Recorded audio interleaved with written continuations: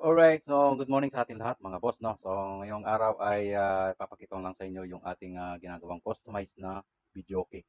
No? So ngayon, ito yung ginagawa natin na videoke ngayon ay yung mga box ng mga piso net, no? Ito.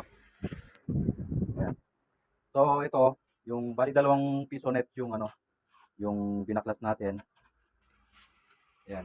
Bali ito yung pinaka side niya para pinaka-side niyan. Bali dalawa yung binaklas natin na na piso net. Ayun yung sobra-sobrang plywood. Tapos ito naman yung ating ginagawang customized na videoke. Ayan. So ngayon, pinagtatabas ko muna yung mga plywood natin para may pagka sinasalpak na natin, mas madali na lang, no? Menos natin, yung video natin. Tapos ito yung ito dati yung niya, yung lamesa ng ng keyboard. Ayan. So, ayan. Tanggalin muna natin. Ayan, so ginawa natin ng design. Ayan. Tapos yung pinakaano niyan, ayun ito. Ayan. Ito para magmukhang videoke talaga. Ayan.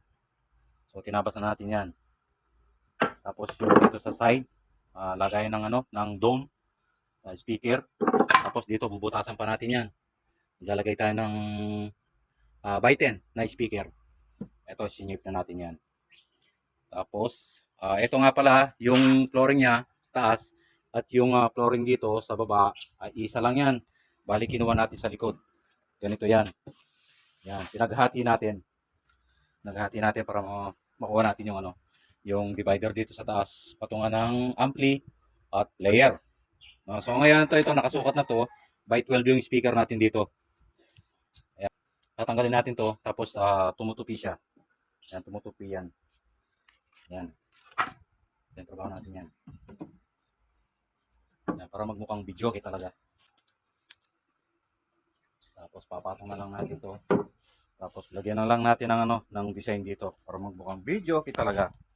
Ayan Napakasimpleng yan. Customized na videoke. Pwedeng yan, pwedeng portable, pwedeng buhatin lang kahit isang tao lang, pwedeng buhatin yan. So hindi pa tapos yan. Pag natapos na natin mga divider na to, mga dingding na yan, papako na natin yan. Okay?